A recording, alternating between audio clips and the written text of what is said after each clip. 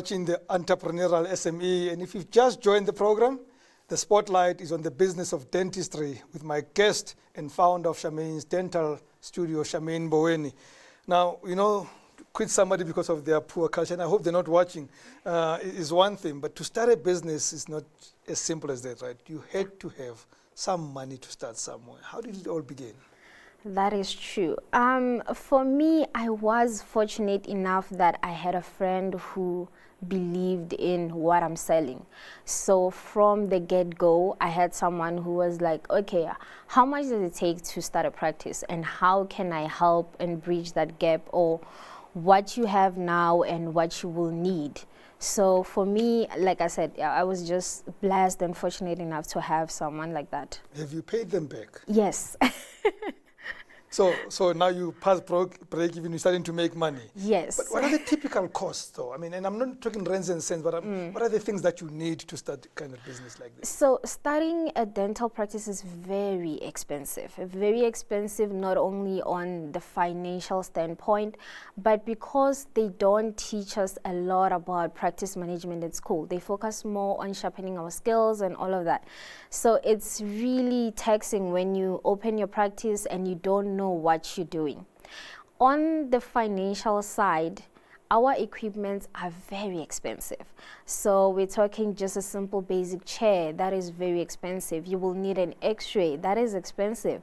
You will need machines to sterilize your equipment. So it's a very expensive So that was a thing. good friend who came in to do A this. very good friend, yes.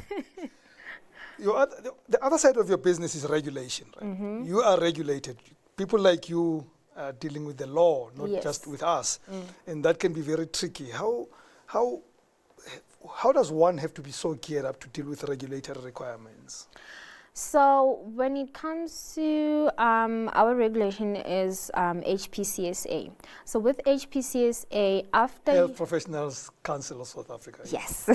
So after you graduate, what they require from you is you need to do continuing programs, obviously to develop your skills and all of that. So you need to make sure that you are compliant when it comes to that, because being compliant as well means you understand the recent, I would say, knowledge of what's going on in the market, what to do when this procedure fails. There are certain ways to do certain things. So that is very important to be compliant with that regulation. And are there some strict regulations that, for you are the most challenging in your business? When it comes to HPCSA again, they require certain points per year to get. So basically, if you attend a workshop or something, you get a certain point. So they require certain points in a year. So you get so busy to a point that getting 60 points, it's a lot. You don't have enough time to do that. Because you are the business, right? Exactly. Once you leave that studio, the business comes to a standstill. Exactly. So I would say those are the challenges when it comes to trying to comply and all of that. I got two quick questions that I want us to get to before we finish. How do you now maintain the relationship with your clients, long-term relationships, to make sure that I then want to keep on coming back to you? Of course, not for fun, but for, for what you do. That's a good question. I think maybe they just feel kind of safe in my space. Most people think, when they think dentistry, it's pain, and they have this dental anxiety and all of that. But the moment you come into my space, you find that it's really different. You can really, I've had patients who are like, I need to come here more often. I'm enjoying being here. To open up and say, I know. I was also surprised, but you get people, and then that kind of makes you feel, oh, okay, maybe I'm doing something right. You clearly are. So lastly, somebody who's watching, wanting to go your route, they're a young dental professional, what advice would you give them? If you want a good friend? to...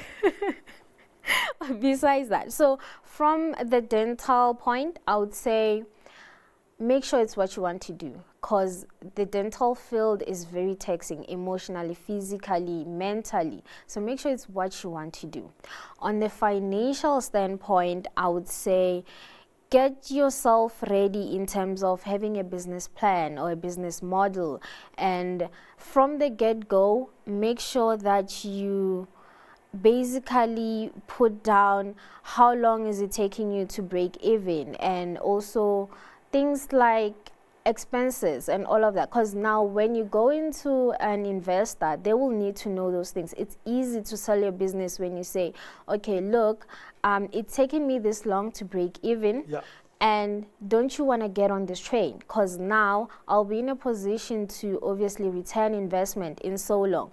Do realistic projections as well.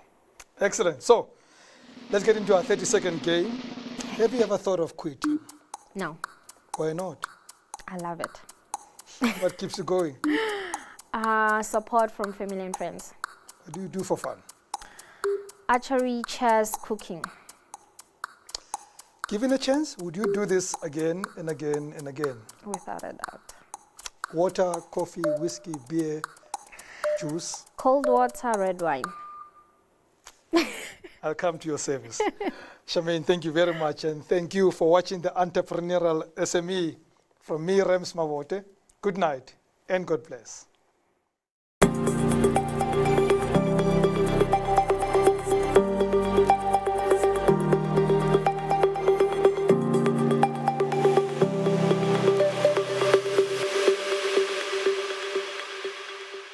Your trusted connectivity partner, Telkom Business.